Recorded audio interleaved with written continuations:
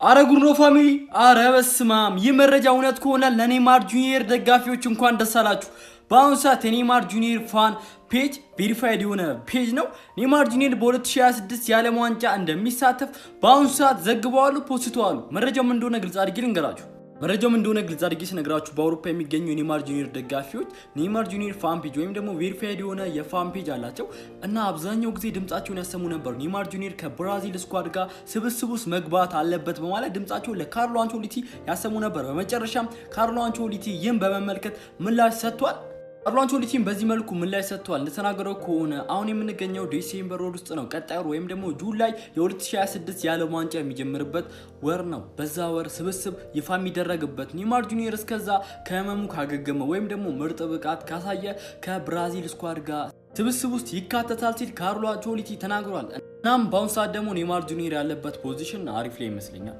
ከህመም ወይ ደግሞ ከጉዳት ሲመለስ